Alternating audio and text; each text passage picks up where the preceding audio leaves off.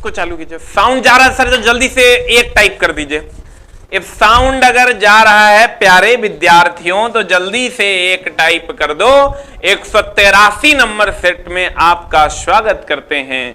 जल्दी से सर एक टाइप कर दो अगर साउंड जा रहा है। If sound is hearing by you then type 1 my dear friend. जल्दी से सर एक टाइप कर दीजिए। Hello hello hello. आइए सर शुरू करते हैं हम लोग। आज का पहला प्रश्न आपके स्क्रीन पर बिना समय गंवाए ये रहा। लैंगिक प्रजनन के दौरान पहला क्वेश्चन है आपका।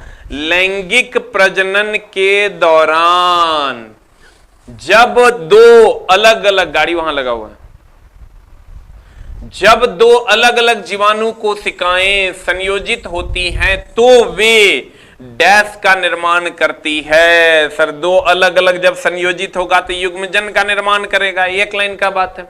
युग्म का जन बनाएगा, युग्मजन बनाएगा, ये तो सब बना देगा। कली होगा कि फल होगा? सर एक लाइन का बात है। दो संयोजित मतलब युग्म मतलब होता है जोड़ा, जोड़ा बोले तो क्या दो, तो युग्मजन का निर्माण करेगा। आंसर हो जाएगा ए फॉर एप्पल। अगले प्रश्न की ओर चलते हैं। कहता है कौन सा उत्तम ने उत्तक, कौन सा, यहां भी उत्तक हो जाएगा, कौन सा उत्तक पौधों के प्रकाश संश्लेषण हिस्सों से सामग्री के परिवहन में मदद करता है? बताइए सर आंसर क्या हो जाएगा? प्लोएम हो जाएगा कि जाइलम हो जाएगा? सर प्रकाश संश्लेषण की क्रिया में CO2 जब H2O से अभिक्रिया करता है किसकी उपस्थिति में सर? तो ये प्रकाश की उपस्थिति में जब ये अभिक्रिया करता है तो ये दे देता है C6H12O6 plus O2 plus H2O। ध्यान दीजिएगा सर, अगर CO2 H2O से अभिक्रिया करता है प्रकाश की उपस्थिति में C6H12O6 plus O2 plus H2O दे देता है। ये जो है इसको हम कहते हैं कार्बनिक उत्पाद। क्या कहते हैं मेरे दोस्त? इसको हम लोग कहते हैं कार्बनिक उत्पाद और इसको हम लोग कहते हैं अकार्बनिक उत्पाद। इसको हम लोग क्या कहते हैं मेरे दोस्त? अकार्बनिक उत्पाद। अब ध्यान देना, अगर तुमको कहे तो ये उत्पाद जो है ये मुख्य उत्पाद है और ये उत्पाद जो है आपका सहायक उत्पाद है। एक चीज का ध्यान रखिएगा, अगर दोनों दिया हुआ रहे प्रश्न में और कहे बताओ प्रकाश संश्लेषण का उत्पाद क्या है तो कहेंगे भैया ग्लूकोज, क्योंकि यही मुख्य उत्पाद है। दोनों अगर दिया हुआ रहे ए और बी दोनों रहे तो ए और बी आंसर हो जाएगा, क्योंकि दोनों आंसर, मुख्य पूछेगा तो ये आंसर, सहायक पूछेगा तो ये आंसर और खाली उत्पाद पूछेगा तो ये दोनों आंसर, कार्बनिक भी और अकार्बनिक भी। और यहां अगर हम बात करें तो कहता है प्रकाश संश्लेषण। प्रकाश संश्लेषण के हिस्सों में तो इसको अगर आप कह सकते हैं खनिज लवण भी कह सकते हैं, इसको आप खनिज लवण भी कह सकते हैं। तो कहता है प्रकाश संश्लेषण कौन सा उत्तक पौधों में के प्रकाश संश्लेषण हिस्सों से सामग्री के परिवहन में मदद करता है? तो सर जल्दी से बता दीजिए। खनिज लवण, प्रकाश संश्लेषण का जब ये कह दिया मतलब खनिज लवण की बात किया, और खनिज लवण की बात करेगा मतलब प्लोएम हो जाएगा। और जाइलम वाहिकाएं जल का वहन करती है। जाइलम वाहिकाएं किसका वहन करती है? जल वहन करती। जाइलम वाहिकाएं किसका वहन करती है मेरे दोस्त? जल का वहन करती। दीपक सर की सर तबीयत आज खराब है, कल से वो क्लास लेंगे, कल से उनकी क्लास सारी रेगुलरली चलेगी। हेलो हेलो हेलो, आ जाइए सर इधर। अब जल्दी से बता दीजिए आंसर क्या हो जाएगा? विभाज्योत्तक, उत्तक मतलब ये विभाजित करता है। भरण उत्तक भरण पोषण का काम करता है, कुछ खास नहीं है। हमने आपको कहा ये प्रकाश संश्लेषण की अभिक्रिया है। CO2 प्लस H2O जब प्रकाश की उपस्थिति में अभिक्रिया करता है C6H12O6 यानी कार्बनिक उत्पाद यानी मुख्य उत्पाद, और O2 प्लस H2O यानी अकार्बनिक यानी सर सहायक उत्पाद का निर्माण करता है। तुमको कहेगा मुख्य उत्पाद क्या है तो कहेंगे कार्बनिक, कहेगा सहायक उत्पाद क्या है? अकार्बनिक, क्योंकि इसमें कार्बन नहीं है और इसमें सर कार्बन है इसलिए ये कार्बनिक हो जाएगा। अगले प्रश्न की ओर चलते हैं। कहता मनुष्यों में निषेचित अंडा डैश के स्तर में प्रत्यारोपित होता है? जल्दी से बता दीजिए सर क्या हो जाएगा आंसर? अंडाशय में कि गर्भाशय में कि गर्भाशय ग्रीवा में कि योनि में? जल्दी से बताइए सर आंसर क्या हो जाएगा? What is the answer?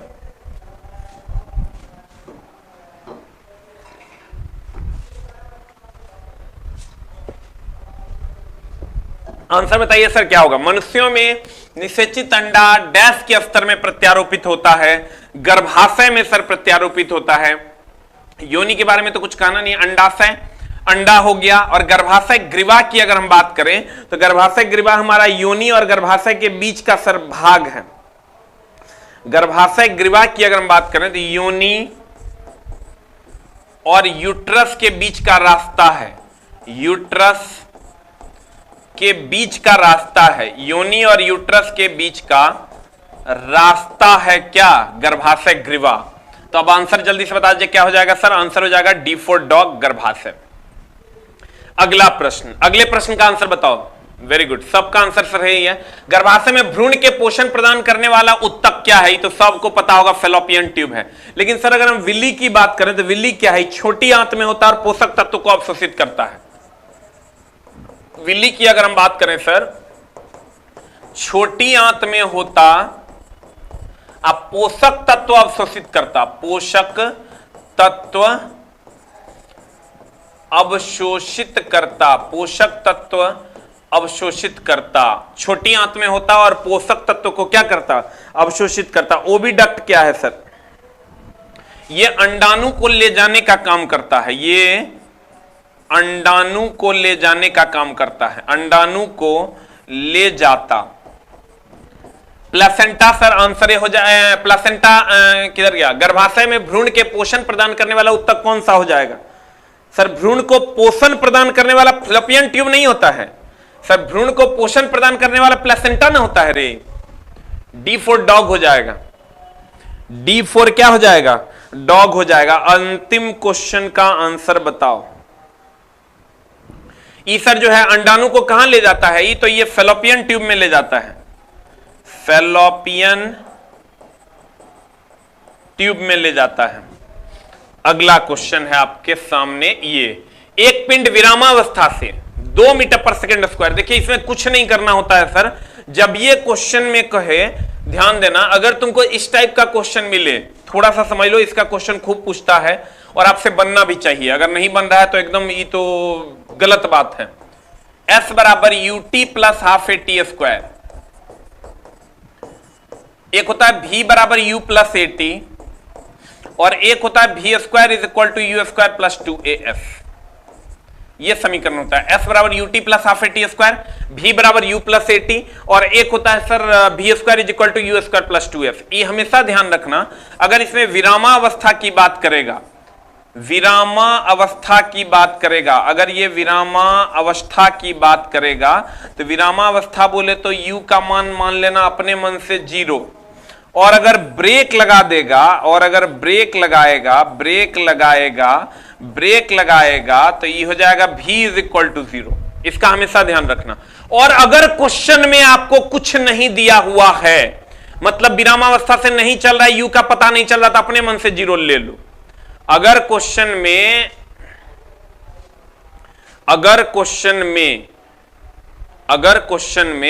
कुछ नहीं दिया हुआ रहे तो U का मान अपने मन से 0 ले लो। अगर क्वेश्चन में कुछ भी नहीं दिया हुआ रहे तो U का मान अपने मन से 0 ले लो। अब विरामावस्था से चलेगा तब भी U का मान 0, ब्रेक लगाएगा तब V का मान 0। कहता है एक पिंड विरामावस्था से, तो U का मान हो गया 0। 2 मीटर पर सेकेंड स्क्वायर, त्वरण का मान हो गया 2 मीटर पर सेकेंड स्क्वायर, कि एक समान त्वरण से चलता है, शुरू करता है और 2 सेकंड में, टाइम का मान दे दिया है 2 सेकंड, 2 सेकंड में पिंड द्वारा तय की गई दूरी यानी S का मान क्या होगा। कुछ नहीं करना है सर, आपके पास जो समीकरण है वो है V बराबर U प्लस AT, एक समीकरण है V square is equal to U square plus 2AS, और एक समीकरण है S is equal to UT plus half AT square. ये तीनों में से कोई एक समीकरण को पुट कर दो तुम। अब ध्यान देना, अगर मेरे दोस्त तुमको UATS जिसमें होगा वही समीकरण पुट कर देना है। UATS जिसमें होगा, UATS जहां होगा वही समीकरण सर पुट कर देना। आप जल्दी से बता दो कौन सा समीकरण लगा दें। इसमें U तो है, A तो है, T तो है, S नहीं है। इसमें U तो है, A तो है, TA नहीं है। इसमें U भी है, A भी है, T भी है, S भी है। यही समीकरण लगा दो, आंसर आ जाएगा S is equal to UT plus half AT square, half AT square. अब पट से S is equal to U का मान 0 है इंटू T, अब प्लस हाफ A का मान कितना है मेरे दोस्त, 2 है इंटू T स्क्वायर यानी 2 का स्क्वायर, 2 का स्क्वायर। अब जल्दी से सॉल्व कर दो, 2 2 कट जाएगा, 2 दूनी 4 is the answer, 4 metre is the answer. सबका आ गया होगा D फॉर डॉग। जो नहीं बना पाया, आज का क्वेश्चन स्कोरिंग क्वेश्चन है, टफ नहीं है, बहुत आसानी से तुमसे बनना चाहिए। नहीं बनेगा, आज का क्वेश्चन एकदम स्कोरिंग क्वेश्चन है, एकदम तुमसे बनना चाहिए। अब जल्दी से बता दो, अगले क्वेश्चन की ओर चलते हैं मेरे दोस्त। किसी माध्यम में ध्वनि की चाल इतनी है, चाल मतलब दे दिया तुमको v is equal to 430 metre पर सेकेंड दे दिया है। माध्यम का दाब घटाकर आधा कर दिया जाए तो ध्वनि की चाल क्या होगी? तो दाब घटाकर आधा कर देंगे तो भैया चाल भी आधा हो जाएगा, 430/2 कर दोगे तो हो जाएगा तुमको 215। 215 तो ऑप्शनों में नहीं है तो मामला गड़बड़ हो जाएगा। जल्दी से बता दो आंसर क्या होगा, एक और आंसर बता। सर फॉर्मूला की किताब दरभंगा में भी सर पहुंच रही है, हर जगह धीरे धीरे पहुंच जाएगी और यहां से भी तुम ले सकता है। चला जल्दी से बताओ आंसर। मुझे आपसे मिलना है, एकदम वेलकम है सर आपका, आइए सेंटर पे मिलिए, मुशल्लापुर हाट मेन गेट के सामने, गुरुजी यहीं बैठे रहते हैं आपकी सेवा में। जल्दी से बता दीजिए सर आंसर क्या होगा। किसी माध्यम में ध्वनि की चाल 430 मीटर पर सेकेंड है, माध्यम का दाब घटाकर आधा कर दिया जाता है तो ध्वनि की चाल हो जाएगी। सर दाब पर अगर आप पढ़े होंगे तो हाँ, गुरुजी आपको पढ़ाए होंगे कि ध्वनि की चाल अगर आप पढ़े होंगे मेरे दोस्त तो आपको गुरुजी पढ़ाए होंगे, एक लाइन आप हमेशा याद रखिएगा, गैसों का अनुभार बढ़ने से ध्वनि का वेग घटता, अनुभार बढ़ने से ध्वनि का वेग घटता, गैसों का अनुभार बढ़ने से ध्वनि का वेग घटता तथा घटने से बढ़ता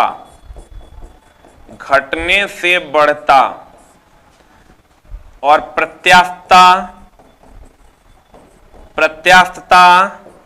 ताप, आर्द्रता बढ़ने से बढ़ता, घटने से घटता, बढ़ने से बढ़ता, इतने याद रखना तो हर काम हो जाएगा। बढ़ने से बढ़ता, घटने से घटता, घटने से घटता, दाब का कोई प्रभाव नहीं पड़ता, दाब का नो इफेक्ट। देखो हम लिख दिए नो इफेक्ट। अब ध्यान देना तुम एकदम प्यार से, एकदम आराम से। कहते हैं गैसों का अनुभार बढ़ने से ध्वनि का वेग घटता, घटने से बढ़ता, प्रत्यास्थता, ताप, आर्द्रता के बढ़ने से बढ़ता, घटने से घटता और दाब का कोई प्रभाव नहीं पड़ता। ध्वनि के वेग पर दाब का कोई प्रभाव नहीं पड़ता है, ध्वनि के वेग पर दाब का कोई प्रभाव नहीं पड़ता। अब जल्दी से बना दो तो आंसर क्या होगा। तो जब 430 मीटर पर सेकेंड है ध्वनि का वेग और दाब को आधा कर दिया गया तो दाब के घटने बढ़ने से जब घटवे बढ़वे नहीं करता 430 रह जाएगा, आंसर रहेगा रे, 430 रह जाएगा, आंसर होगा। बताओ आंसर जल्दी से क्या हो जाएगा। आंसर हो जाएगा 430। अगला कहते हैं ध्वनि तरंग 339 मीटर पर सेकंड की गति से यात्रा करती है, यदि इसका तरंग दैर्ध्य इतना है, सर भी दे दिया तुमको 339 मीटर पर सेकंड और तरंग दैर्ध्य लेमडा दे दिया 1.5 सेंटीमीटर। 1.5 सेंटीमीटर को मीटर में बदलेंगे तो 1.5 आप बट्टा कर देंगे सर, सेंटीमीटर को मीटर में बदलने के लिए 100, ये हो जाएगा मीटर। खाली यही ध्यान रखना नहीं तो क्वेश्चन नहीं बनेगा। तो आवृत्ति क्या होगा, n इज इक्वल टू वाट। ये आज का सर एकदम स्कोरिंग पेपर है, स्कोरिंग क्वेश्चन है, आपसे स्कोर होना चाहिए। क्वेश्चन अगर आपका बन रहा है तो समझिए तैयारी में थोड़ा सा जान है आपका। बताइए सर n बराबर v बाई लेमडा, v 339 आप बट्टा लेमडा हो जाएगा 1.5 बट्टा 100, इस सर ऊपर चल जाएगा 339 गुना 100 आप बट्टा 1.5। आप गुना भाग करो, आंसर बताओ कितना हो जाएगा। ध्यान से आंसर मारना ना तो गड़बड़ा जाएगा। 7 का आंसर बताओ कितना होगा, 22,600 की 226,000 की 22,60 की 226। खाली जीरो का झोल क्लियर है तो 226 तो एबे करेगा, ये फिक्स है क्योंकि तीनों ऑप्शन में है। जीरो कै गो है ये खाली देख लो, तो जीरो तुम्हारा देखने से लग रहा है, देखो कै गो है, 2 गो जीरो है। इसको जो कैलकुलेट करेगा तो मामला गड़बड़ हो जाएगा। जल्दी से बताओ आंसर। अरे बिक्की जी, हेलो हेलो हेलो हेलो,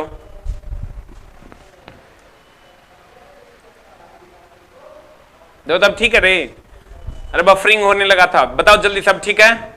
जल्दी बताओ आंसर क्या होगा। ए की बी किसी की डी, डी फॉर डॉग आ रहा होगा आंसर, चेक कर लेना। अगला नाभिकीय विकिरण अवपात से बचने के लिए एकदम नया क्वेश्चन है सर, एकदम नया क्वेश्चन है, जो कि इससे पहले बहुत कम बार आया है, एकदम नहीं के बराबर आया है।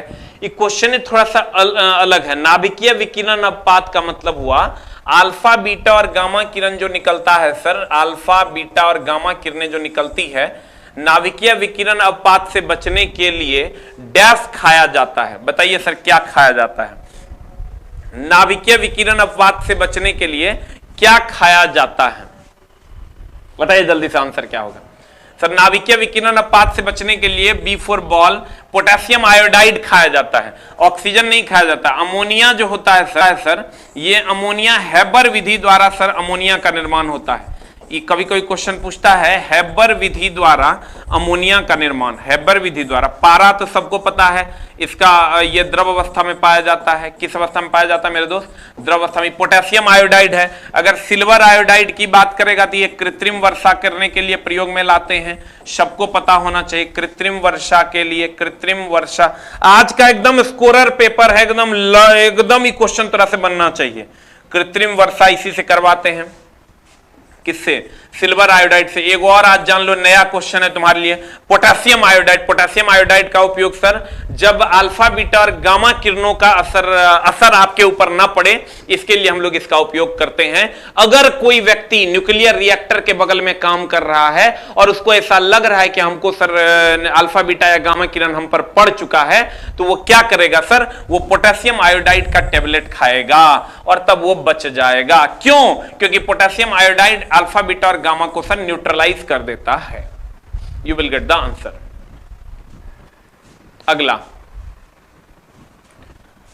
अगले क्वेश्चन पे चलते हैं। क्वेश्चन नंबर 9, प्रत्येक कार्बन परमाणु कितनी संयोजकता? सर देखिए, कार्बन परमाणु कहीं भी होगा ना, उसकी संयोजकता 4 होगी।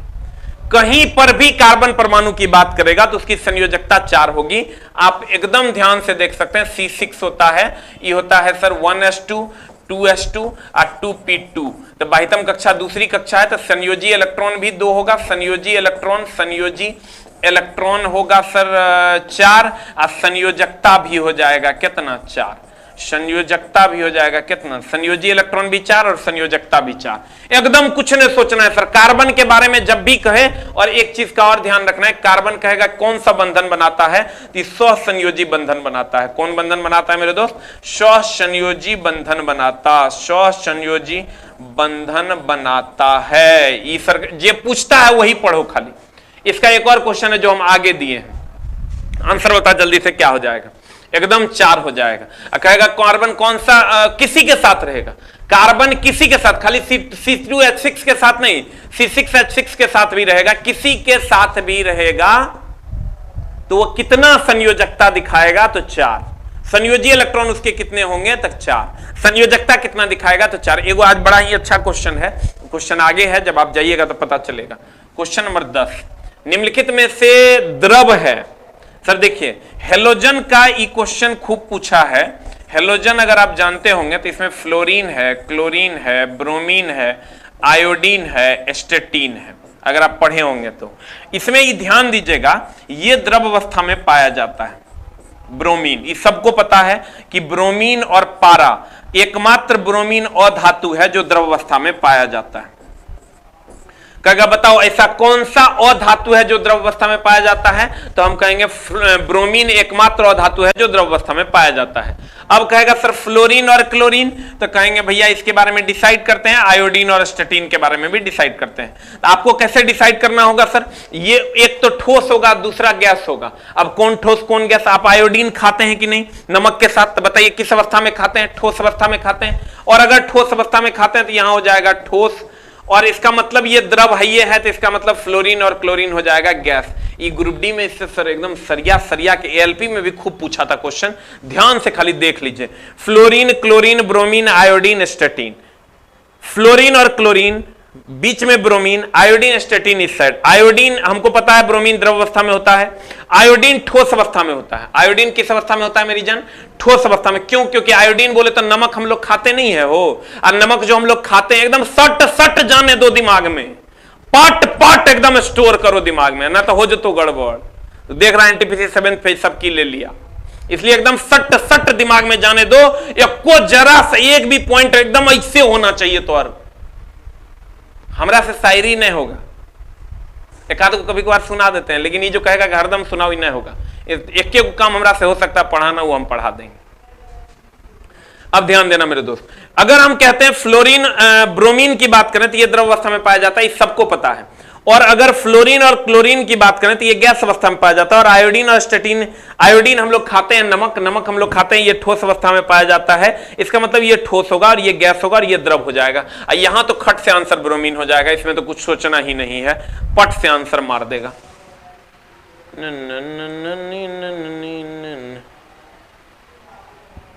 आज मेरा पहला क्लास है साइंस वाला, कर लेंगे ग्रुप डी हो जाएगा। देखो कहता है सर आज मेरा पहला क्लास है साइंस का, कर लेंगे तो ग्रुप डी हो जाएगा। हाँ हमारे जेब में है ग्रुप डी, निकाल के तरह दे देंगे। इतना दिन से जो बच्चा पढ़ रहा है वो की करेगा, चोट्टा एकदम आजो से रेगुलरली लेकिन पढ़ो, नहीं तो मामला गड़बड़ा जाएगा।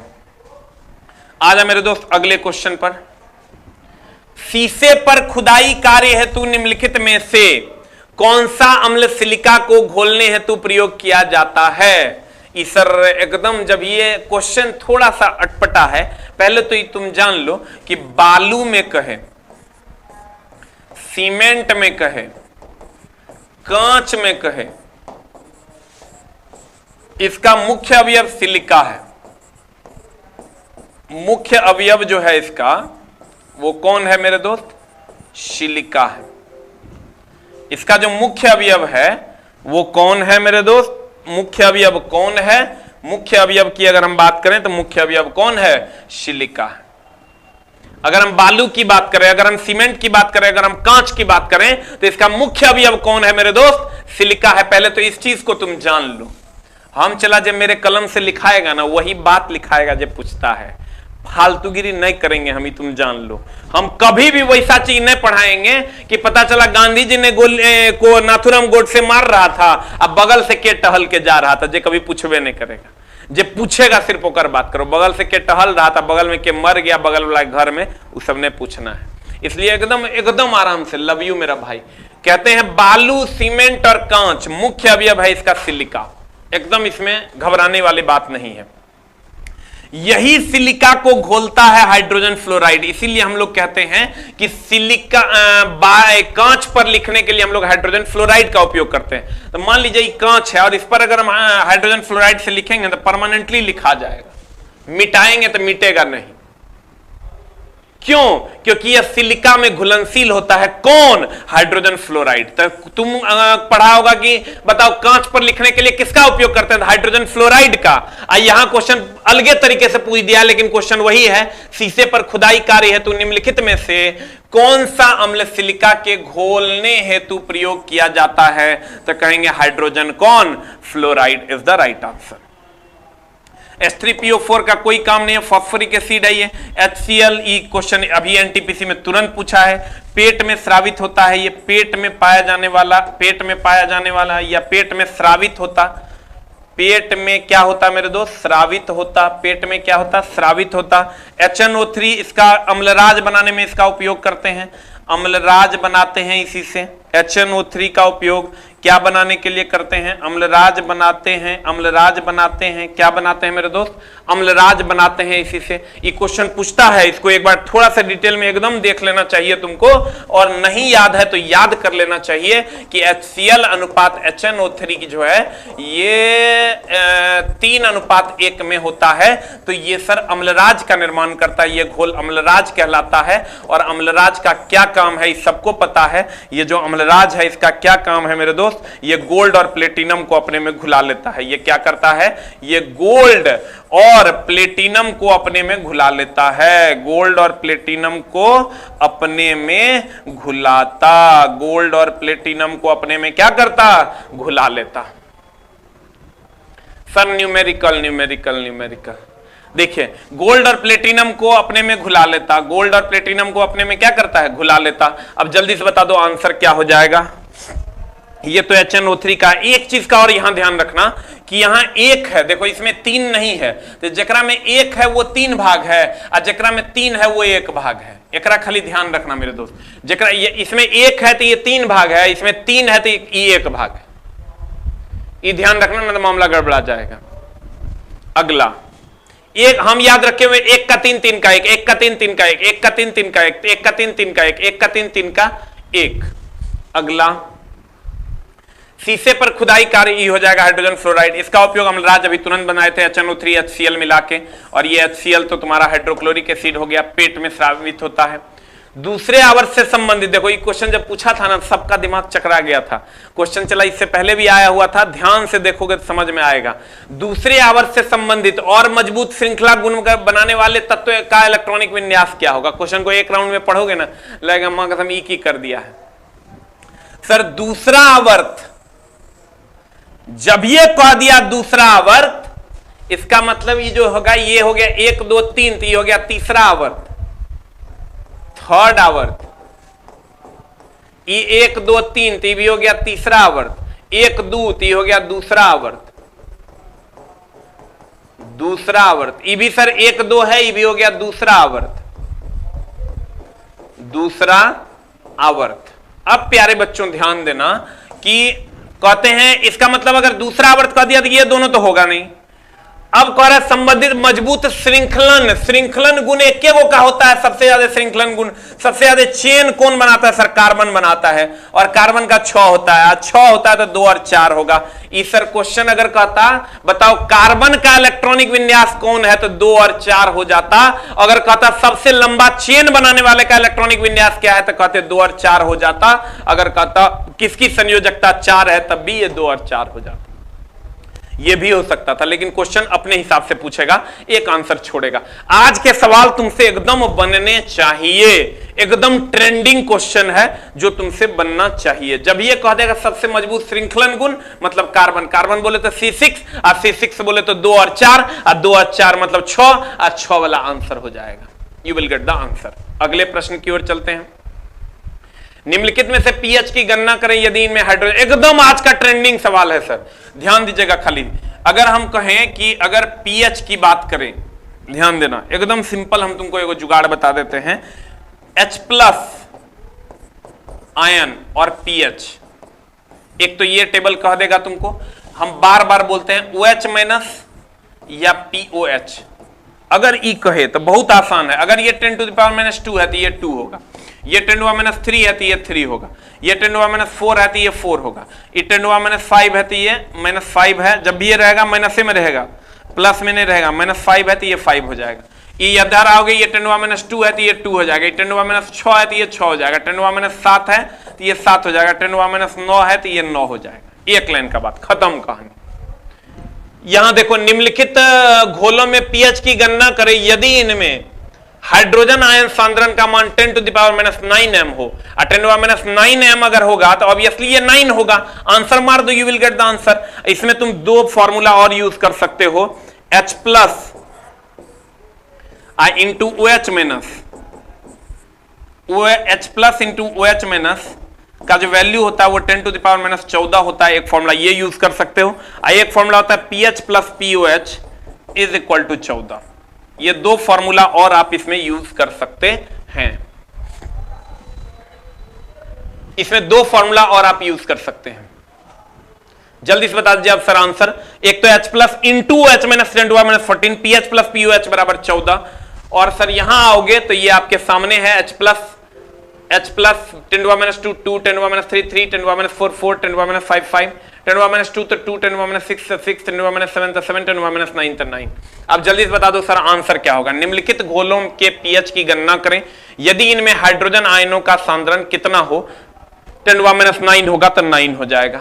अगला कहता है एक कार एक रपटन वाले मार्ग पर 12 मीटर पर सेकेंड यानी 12 मीटर पर सेकेंड वेग दे दिया है कि अचर चाल से मोड़ लेता है। मोड़ लेता मतलब वृत्तीय गति का बात, घर्षण गुणांक 0.4 है, सर ये क्वेश्चन हम पिछले से पिछले क्लास में बनाए थे, आपसे बन जाना चाहिए। जिस मोड़ पर कार मुड़ती है कि न्यूनतम त्रिज्या क्या होगी?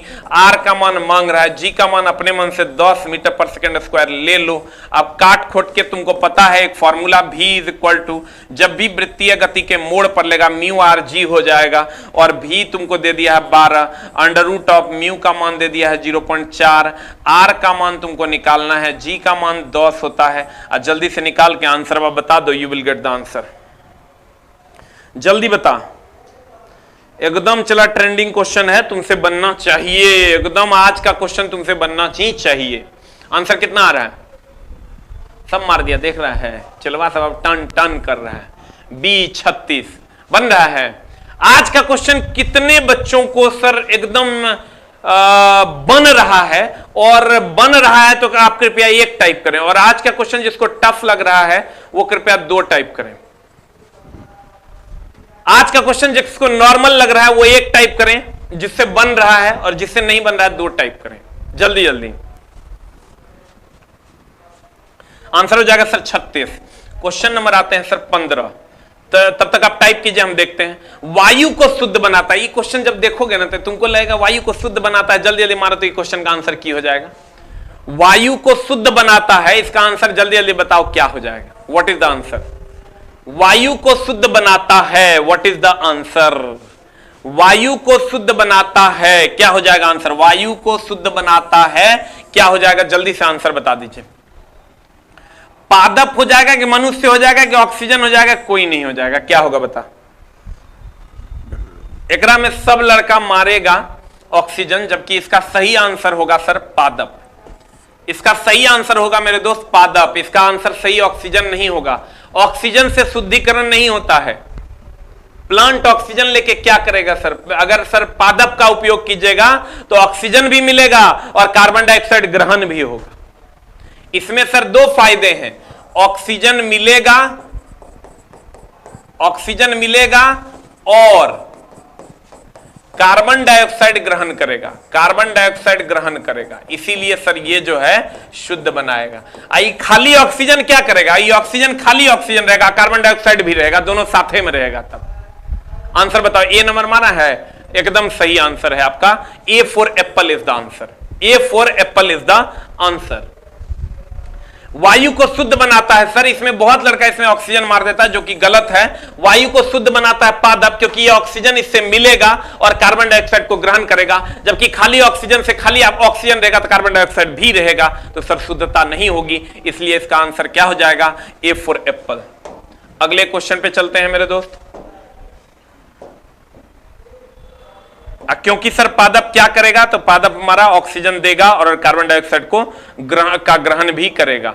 अगला क्वेश्चन बता दीजिए मेरे दोस्त, अगले क्वेश्चन का आंसर क्या हो जाएगा? What is the answer for next question? ध्वनि निम्न में से क्या एक है?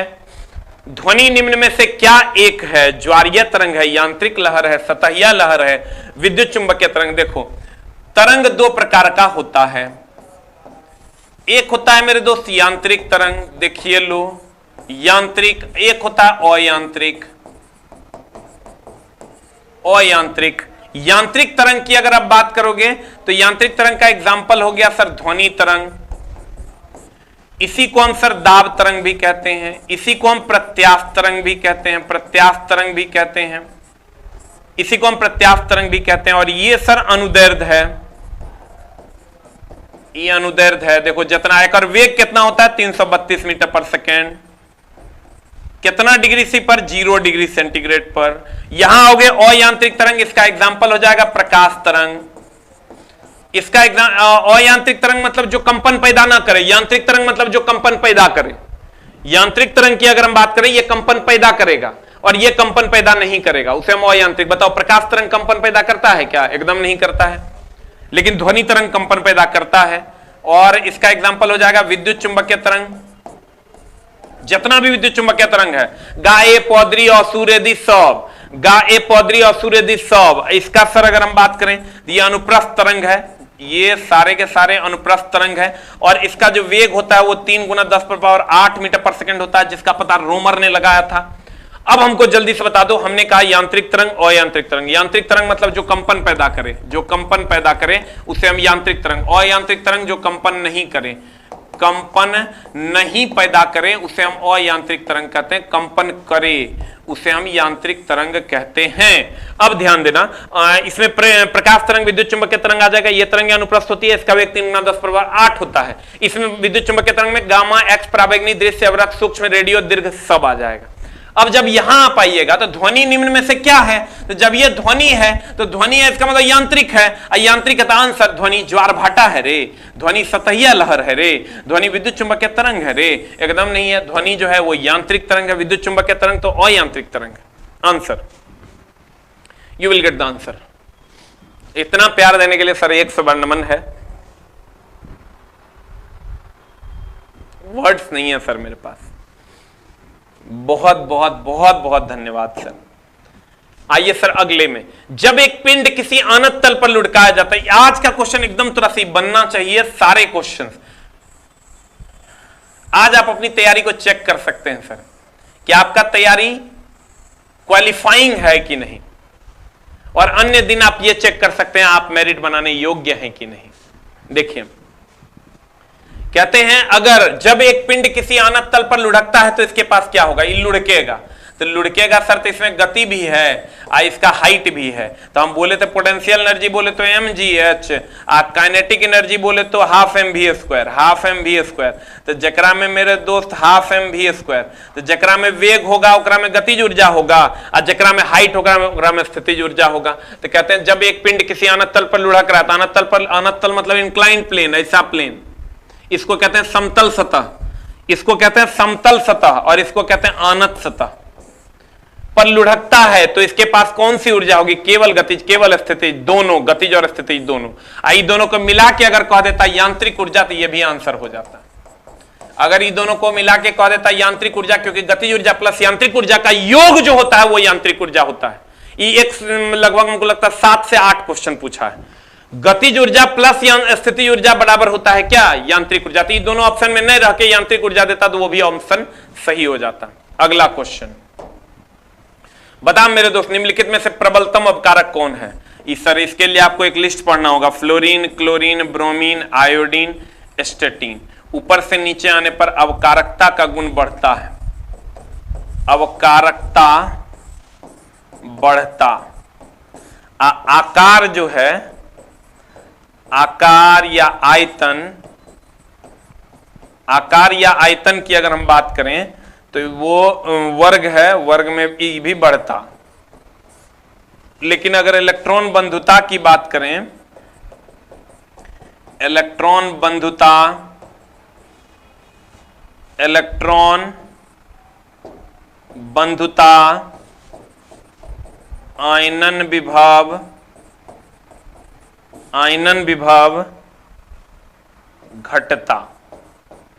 ये 3 पॉइंट्स हैं जो आपको ध्यान में रखने हैं, 1 2 3। अब बताइए सर जल्दी से आंसर बता दो मेरी जान, क्या होगा। निम्नलिखित में से प्रबलतम अवकारक कौन है। तो ऊपर से नीचे आने पर अगर बढ़ता तो सबसे ज्यादा स्टेटीन होगा। स्टेटीन ये अगर सर बढ़ता तो 2 3 4 5 6, सबसे ज्यादा ये होगा, उससे कम ये होगा। तो ये तो है नहीं ऑप्शन में, ये हो जाएगा answer iodine, D for dog. इसको नोट कर लो, 1 2 3 4 5, ये पांचों टाइप के सवाल तुमसे बन जाएंगे।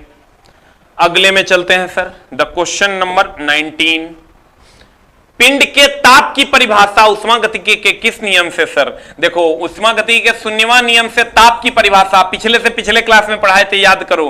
प्रथम नियम से सर उष्मा की परिभाषा, और द्वितीय नियम से सर ऊर्जा की परिभाषा या ऊर्जा संरक्षण के बारे में यह बताता है।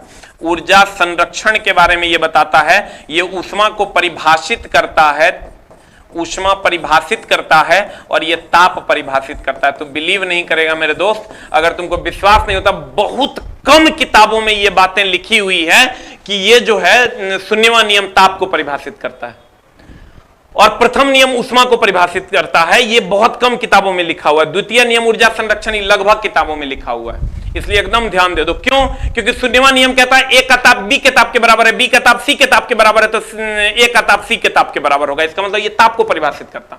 ये कहता है कि अगर किसी वस्तु में Q ऊष्मा देंगे तो उससे वो दो काम करेगा, अपने आंतरिक ऊर्जा को बढ़ाएगा, दूसरा बाह्य कार्य करेगा। Q ऊष्मा दे रहे हैं इसलिए ये ऊष्मा को परिभाषित करता है और ये ऊर्जा संरक्षण के सिद्धांत पर आधारित है। आंसर जल्दी से बता दो क्या हो जाएगा। हम पिछले से पिछले क्लास में पढ़ाएं, अगर आप रेगुलरली क्लास कीजिएगा सर तो आप में एक धार बनेगा और आप क्वेश्चन पे टूट पड़िएगा। अगले क्वेश्चन की ओर चलते हैं। यही 3 बातें, 10वां नियम होवे नहीं करता है। अगला, पीले रंग का पूरक रंग कौन है? सर कुछ नहीं करना है, आपको एक टेबल बना के रखना है। ऐसा श्वेत होता है बीच में, सबको पता होना चाहिए। ये ऐसा ऐसा ऐसा ऐसा ऐसा खींच देना है। लाल मेजेंटा, नीला, पिकॉक नीला, हरा, पीला दूं। तो बता, पीला का पूरक कह रहा है ना, पीले का पूरक हो जाएगा नीला, मेजेंटा का पूरक हरा और लाल का पूरक पिकॉक नीला। आप जल्दी से बता दो आंसर क्या होगा। पीला का पूरक हो जाएगा नीला, एक लाइन का बात। लाल का पूरक पिकॉक नीला। अपोजिट में जो होगा वही एक दूसरे का पूरक होता है। जो मेरे अपोजिट में खड़ा होगा वही एक दूसरे का क्या होगा? पूरक होगा। आइए आंसर हो जाएगा सर नीला। इस सारी टेबल को कैसे याद रखना है? ई जो यहां यहां यहां ये तीनों प्राथमिक रंग है, ये तीनों द्वितीयक रंग है। ये इसका पूरक है, ये इसका पूरक है, ये इसका पूरक है। फिर से देख लो, ये प्राथमिक रंग है, ये द्वितीयक रंग है, ये इसका पूरक है, ये इसका पूरक है और ये इसका पूरक है। ये प्राथमिक रंग है, ये बीच में जो है वो द्वितीयक रंग है। ये इसका पूरक है, ये इसका पूरक है, ये इसका पूरक है। You will get the answer. अब जल्दी से बता दो आंसर क्या हो जाएगा। D for dog. लेकिन ये टेबल आपको याद रखना है, तब आपका काम होगा। एक बार सर हम शॉर्ट रिवीजन करते हैं।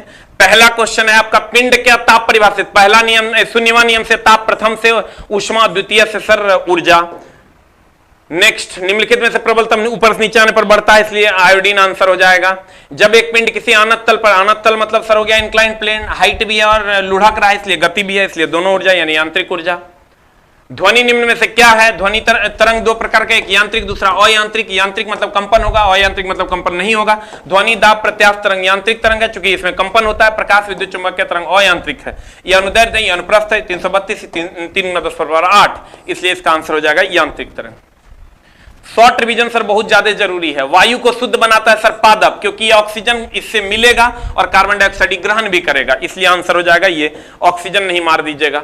ई तो सर आपके सामने है, V बराबर म्यू आर जी का क्वेश्चन खूब पूछता है बोर्ड। पीएच ई बोले 10⁻² तो E2, 10⁻² तो E2, तो सर 10⁻9 तो 9 आंसर।